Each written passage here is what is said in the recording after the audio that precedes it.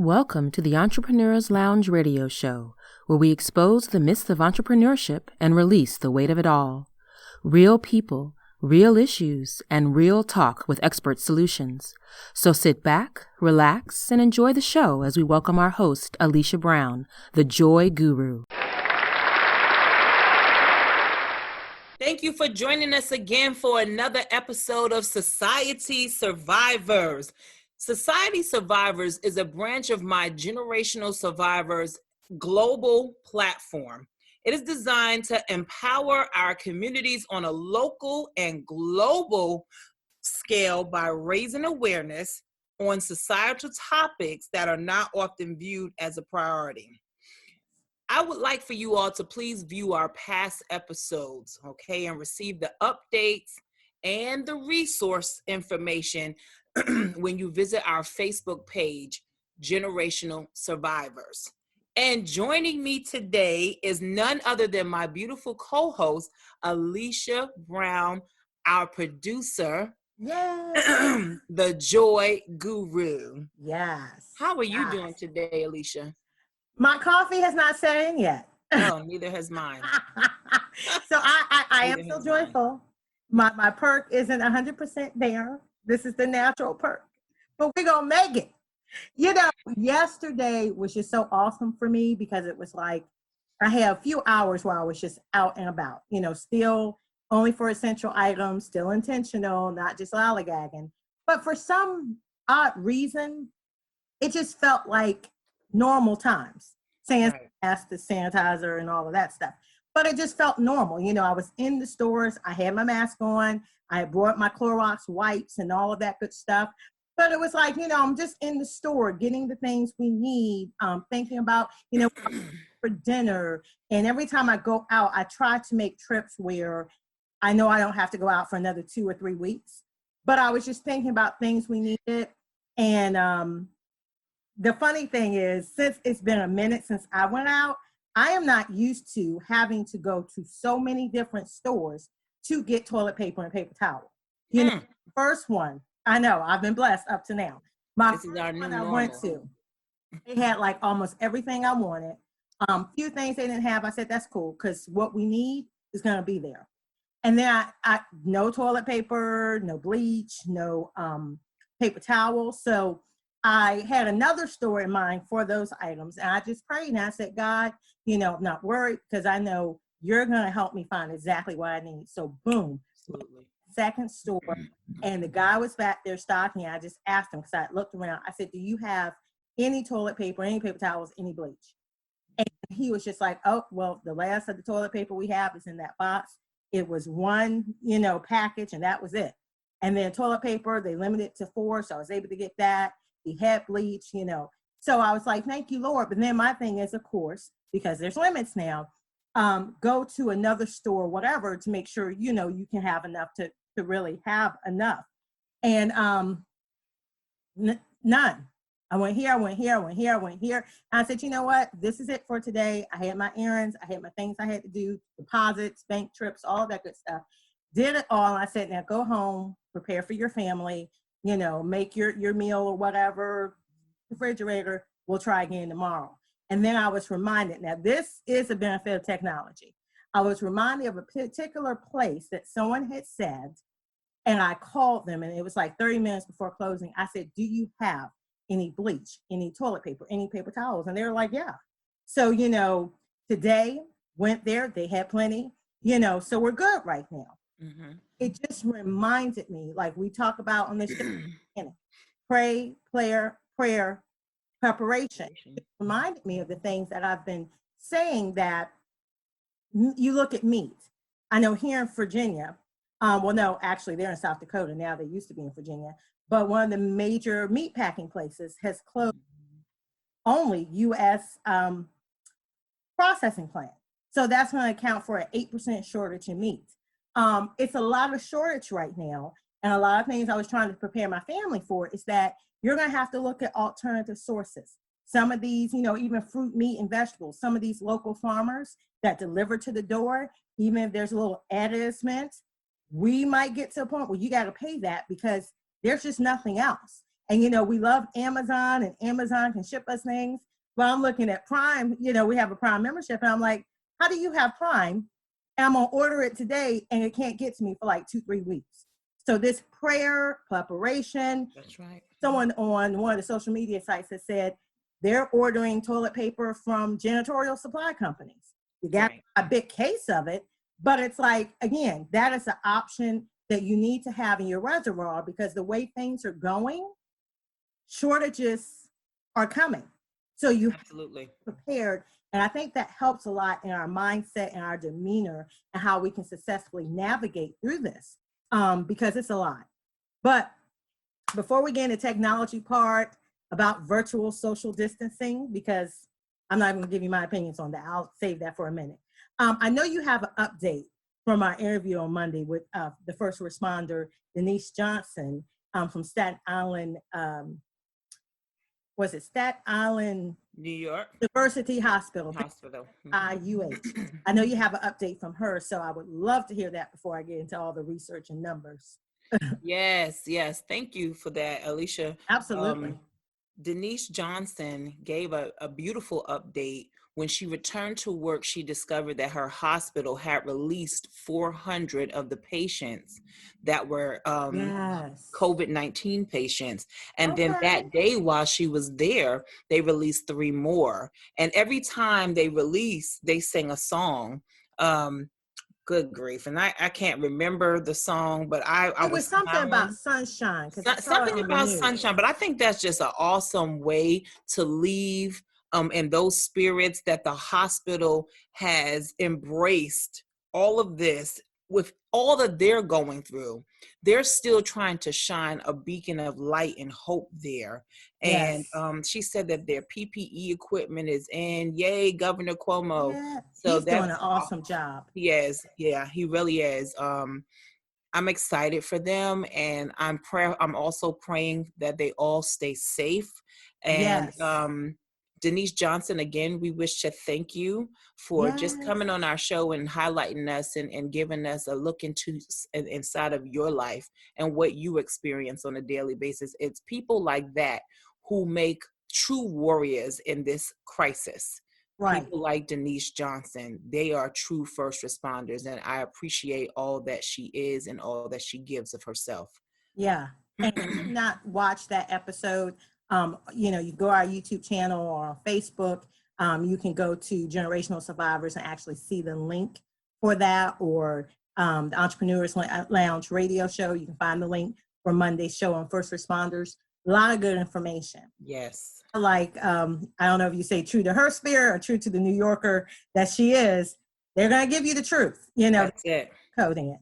But, she gave an accurate assessment of what's going on, and really it's a model for what they were doing at that hospital and for some of the procedures they're putting in place. And, absolutely, New York is one of those hotbeds. It was a model for what we all need to do. And before I get into this research, that's the one thing I want to advocate. Although yesterday to me felt like normal, we're hearing all these reports, and we want to keep a good mindset, because people are coming out of this. Not everybody is dying. People are, being admitted to the hospital and actually coming out. And they are coming out. Yes. Yeah. But the thing is, when you do something and see that it's working, it's not when you just, okay, well, I don't have to do this anymore.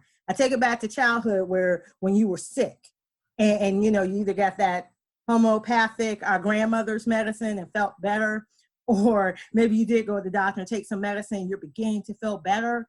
What happened when you're like, oh, I'm good, and you tried to resume back to normal? Now you got sick again. And sometimes you were sicker than before because you're taking the medicine too early, or, you were feeling so good, you just thought you can go back into the normal swing of things, and you couldn't. Exactly. We want to encourage that, is that all the good we see going on, definitely keep that to heart. Hold that into your heart as hope. But don't let it give you a false positive where now you don't need to take any prevention methods. You don't have to be as alarmed. You can just go back to normal, because this is not something we want to see. We don't want to see a second wave. Pretty much. That's what I'm trying to say. We really don't. Yeah. So let's still take precaution. That's right. That's Also right, wanted Alicia. to say it's serious. And this is where, when we're talking about a virtual social distancing, really be mindful and prayerful of the people that also rely on this technology. Because we are seeing an increase, as predicted, and as we would expect, in suicides, including with our youth. That's right. You know, those others with mental health challenges. It's a lot to be quarantined if you're doing it properly. It's a lot, not to be able to talk to people in person, have events in person. It may not seem like a big deal to some, but that whole disruption of normalcy really plays a part for different people. And it affects us all different. Some people, though, it just affects more than others. So people are literally just losing it from being quarantined for so long. And for some people, without that constant connection with others, and I'm not saying virtually, but actually being able to go sometimes to meetings and events, it's really having some devastating losses. So we want to be mindful of that. But one of the things we were looking at is the fact that so many people, a lot of people now, you can work from home. So they have Zoom meetings, supervisors, bosses, what have you. They're trying to stay connected to their people. So, there's all these Zoom meetings. And then there's encouragement for you, if you have some additional time, take some training programs. Some people are still pursuing their education, online classes now. So there's so much now that we're doing online and so much communication that's going on that for some people, it's just overkill. So we want to think about that. The New York Times actually discussed this in their April 7th article titled, "The Virus Changed the Way We Internet," which we know it definitely did. And they analyzed internet usage in the US, and they got data from 2 online providers. And it revealed that as our behaviors shifted, sometimes starkly, as the virus spread, and it pushed us to our devices, play and connecting. So it did reveal that a lot of people are not using and dependent on their phones as much. Right. Expect that when you're looking at stuff like Netflix, people were watching movies and trying, I can't go to the movie theaters anymore. They're trying to just digress and have some entertainment. But with the rise of social distancing, we're seeking out new ways to connect to one another. And mostly it's through video chat. So they saw, according to their studies from January to now, there was a 12.4% increase. Wow. Yes, and that was in Google Duo. Wow. There was a 73.3% increase in another application, Nextdoor.com. And that will keep, for people not familiar with that, that will keep you aware of what's going on in your neighborhood. So sometimes they're telling you, they'll give you an alert that there's toilet paper at your local grocery store. Right. If your dog is missing or somebody broke in the neighborhood, they'll give you updates to things going on in your community. And then there was other application they saw, how we suddenly became reliant on other services. Of course, the platform we're on now, Zoom. Yes. Saw a huge increase. And I mean, January, they were good with like, 2 looks like about 5 million, but they just increased up to now to over 6 million. Wow. That's a lot of people using Zoom. That is more than a lot. Yeah, because we even have some school systems use this software for the kids to interact between work, private businesses, kids, and then some people also use it for their personal communication. Zoom saw a surge. And then, of course, Google as well, they have their own Google Classroom. Again, that's where you can imagine with the instructors, they saw a big increase. Google Hangouts, Microsoft Teams, all of this technology just saw triple a lot of times their numbers, or at least double. So we're using technology more and more. Yes, we are. Too much. I know, Sadia, you had written a blog post about that, so I want to hear your thoughts on, do we need to virtually social distance? Right. That basically, Alicia, that was the title there. Do we need to virtual social distance? I was talking with a healthcare provider, and she got into that. She's seen more of her sorority sisters and people that family friends that she hasn't talked to in maybe a year or two.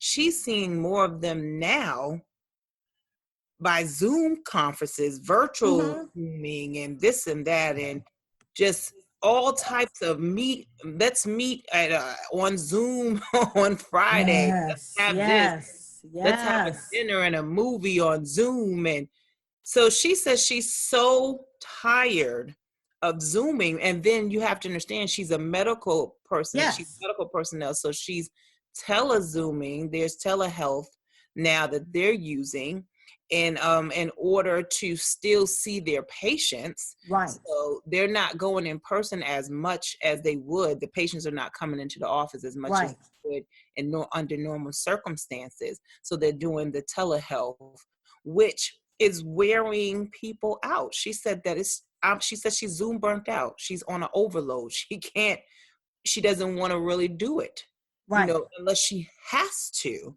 And, one of the things that I was talking about, and I'm not going to give you guys all of my tidbits in the Zoom, but in my blog post, but you'll have to read it. They'll definitely have to read it. And I hope that they do, because I'm sure that everyone is experiencing some of the anxieties that are coming along with Zoom.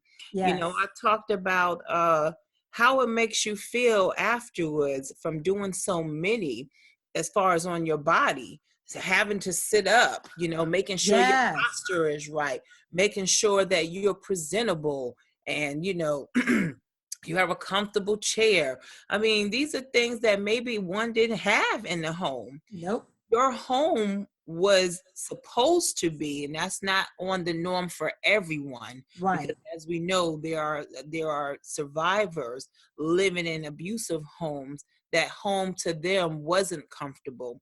No. So getting away and actually being at work was the better choice for them. But now that we're all in quarantine of some sort, and we're working remotely from home, home is supposed to be your comfort zone. It's supposed to be. It's supposed to be where you escape from your work.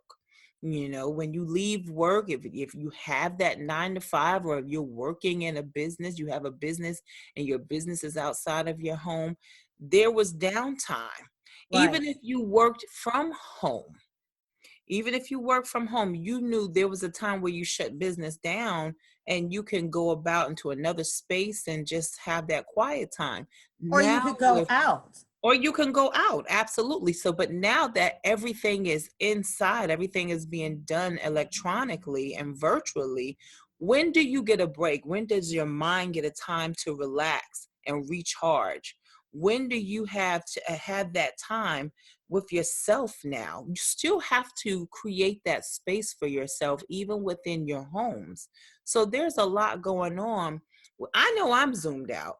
I know I've been on Zoom after webinar after webinar. And, then I found out that my family had some type of hangout where they all meet up on one particular day and they want to put me in the group. And I am thankful for that. Yes. But I am so, my eyes started to burn after a while. They got blurry. It's so much going on with us virtually,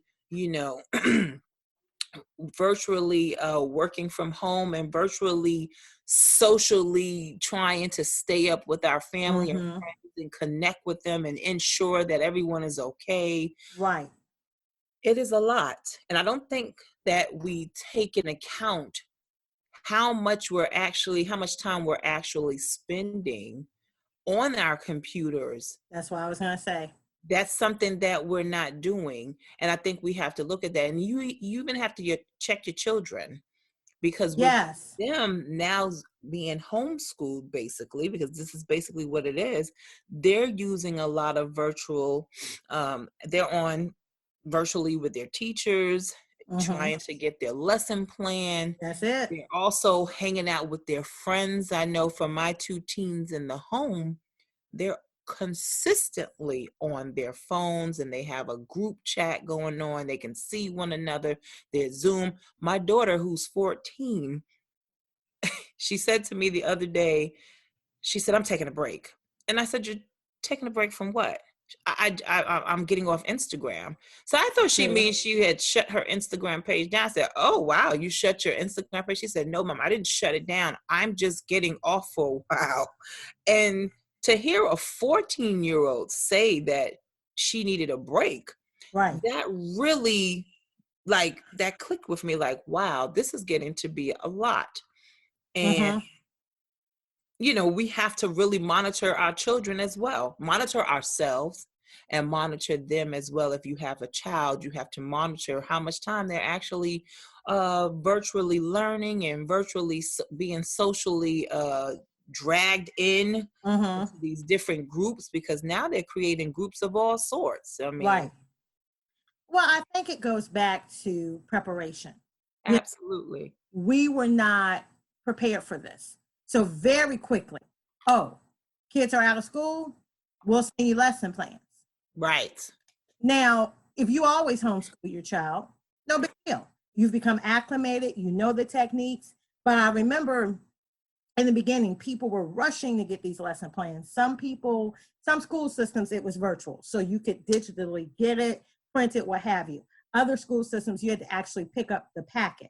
Yes. Was people, I'm working from home, the kids are here, you know, and this was a lot of times before we start having the virtual technology where the teachers are now interfacing with the children. It was all parent. So people are looking at, my child goes to school, let's say from 8 to 3:30. They're trying to do hours and hours and hours and hours of teaching them. Plus I got to do my own job working from home. When, you know, you start seeing experts, educational experts saying, hey, these kids only need 1 to 2 hours a day tops. That's it. Ever you're educating them on. Well, when we flip that to the adults, yeah, you went to work and maybe worked 8 hours a day, or you work from home and you work this number of hours. But now that those people are no longer in that office environment and you're now working from home, we understand there's certain things technology-wise, we got to interface. If there's a meeting, we got to whatever. But the same thing. You don't need to sit for 4, 5, 6, 7 hours back and forth, just all on technology. And I think it's what I see a lot in how people are using this downtime. You know, you have coaches, you have people giving programs, you have people reducing the prices of their services from 1,000 to 100. You can get digital versions of this, and all of those things are wonderful. But the thing is, people are not taking into account how much you're consuming. It's the same thing with social media. Same thing. So addicted to, you know, first thing you got up, I had to check my messages on this. Most of us have so many hours connected to just social media, looking at messages and responding. Now you add to that the Zoom calls or other technology. And now you add to that, you're trying to learn things for training purposes. It's overkill. Overload. So you may not have realized that in the beginning, and you're trying to adjust, but as we go further along in this, we need to have more structure. Yes, we do. To jump on every webinar. You might have to say, I'm not going to do any more than 3 hours a day. My job may dictate that I have to do 1 to 2, and I'm going to have another hour for enrichment or whatever. Maybe part of that is communicating with your family or your staff or coworkers, what have you. And then I'm off. You know, I find myself, I think for me, one of the reasons now I have to virtually distance, because it's like, okay, we'll do certain things business-wise on Zoom or other platforms. If it's a client, yeah, I would like to see them. So it's either teleconference or we're also doing something virtually there. And then you have all these plethora of messages. I got tags on Facebook. A Facebook message, I understand, and we're not knocking any of these brands, but now I understand friends from years ago that was like, I'm not going to have Messenger on my phone. Right. Go see the messages when I want to. I don't want notifications on my phone. I get them now because I'm the same way. I see stuff pop up, and you got friends, you got family, you got people trying to sell you stuff. You know what? Most people, if you send me now a message on Messenger, I won't read it for days Because while you might have a lot of downtime, or this is your business and you got hours to keep pumping this stuff to me, I don't have hours to respond to all of you. So it's like, and half of it is nonsensical things. No, I didn't send you a message on Messenger. That's a hoax thing. You probably got a viral whatever where you got this on automatic, but your notification to think you're getting on my nerves. So it's like, I'm actually working. I got stuff to do. I don't have time to keep looking at all these messages. Alicia, are you Zoom burnt out? It ain't even Zoom. I'm Facebook Messenger out. Stop sending me messages. Yes, I mean that in the most professional way. I mean that with all the love and sincerity in my heart. We can tell. Leave me alone. Just leave me alone. If we're that connected, you have an email address. You have my phone. And I'm not responding to those for at least 24 to 48 hours unless they're very important. But it's just communication overload. Leave people alone. Be intentional about your use and be intentional about what you're sending. That's right. It has changed. That's my spill. Do you have any observations or words for us, Miss Saudia White? Oh boy. So I'm gonna get down off my pulpit for a moment. I think our beautiful co-host had a lot going on within that Zoom, her Zoom. Ooh. I want to call it Zoom anxiety. And yeah, I'm not even gonna call it that. Messenger anxiety. I can't even blame Zoom. Zoom is great for me because the one thing I love about Zoom, if you're intentional, I got it scheduled. So I know I'm gonna be or come to your meeting at that time and then I'm off of Zoom. Woo, okay, well, I want you all to on my blogging, when you do read it, you're going to see that I spoke about Psychology Today, and one of the authors, the writers in that magazine, Suzanne Degas, and I'm not sure if I'm saying her name right, so forgive me, White.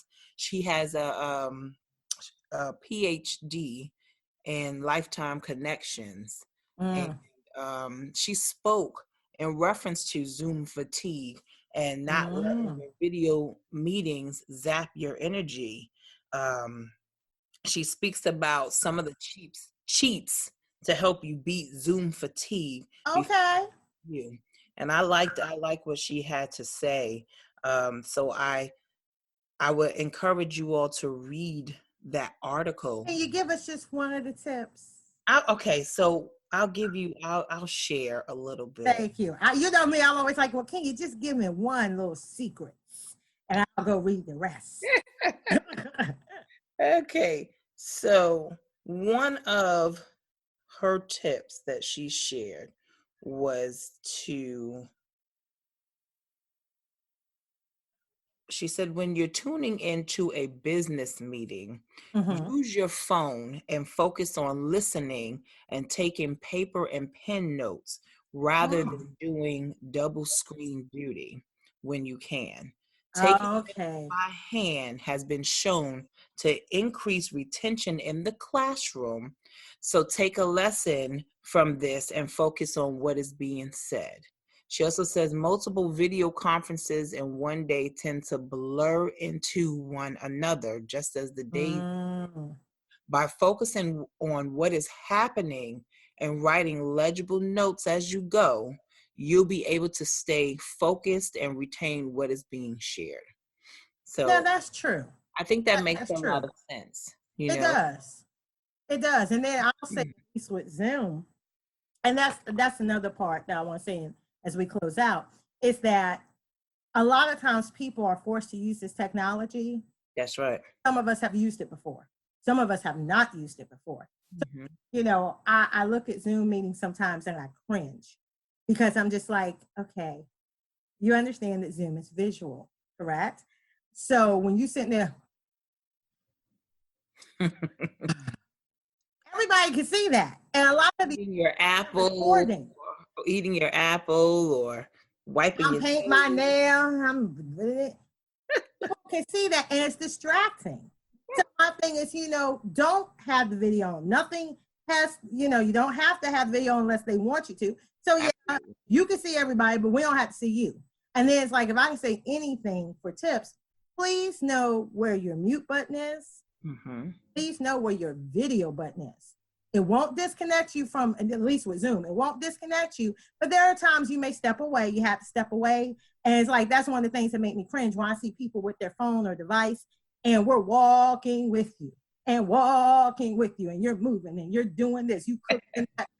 Hey. Nobody needs to know that you're really not paying attention. Absolutely. Off, or better yet, and I'm going to lighten it up here. There was one I saw, and you might have seen it on social media, where the person had to go to the bathroom. And God bless your little spirit. You had that phone with you, or whatever device you use, and we're walking down the hallway with you. We're walking down the hallway, and you see this woman pull her pants down and sit on the toilet. And no. She did not realize it. I guess it like, and I mean, she even put the device down when we're seeing her. We're like, oh no. Like she must have realized it, like, oh my God. And then she just cut it off and people were like snickering. So the host is like, what is something going on? They're like, no. And somebody's like, poor so-and-so and so. But that's an example. That's a mindset. That's a great example. It's like, what in the, but people, it happens so quick and we're just used to doing things. And I guess she just wasn't thinking. But that's why it's important for you to know, where's my mute? Where's my camera? Where's my camera? How can I still be in this? But not you seeing things or hearing me go to the bathroom. So it's like, technology is great. Sometimes you need the distance. Definitely if you're on a Zoom call or video conference call and you have to go to the bathroom or you're yelling at your spouse or child or something like that, please know where mute is. Just hit mute. I'll give you one that's not going to top that one with the I hope not. But after the webinar, everyone was kind of saying their goodbyes and you can hear they were unmuting and you can hear the one woman, she had unmuted and her kids and she's cursing at her children. And this is a professional webinar and she's just going off and someone's saying, hey, we can still hear you. I mean, she's laying into those children and I'm saying, oh, wow. Now, is this someone that you really want to have in your business working with you? And that may not be a side of you want people to see. Yeah, exactly. I mean, because we all have our days. So, but, you have to be definitely aware of how to work your technology, especially if it's new and it's in front of you. Yes. And, in this time of social distancing, coronavirus, there's a lot of adjustments. We're not going to get perfect. But I think if we take anything away from this show, it's just mindfulness. That's right. What does your spirit, mind, and body and soul need? What does it need? How can you be engaged, but not engaged to a point that is overwhelming to you? And when you see it's too much of a good thing, quickly make adjustments, quickly pivot.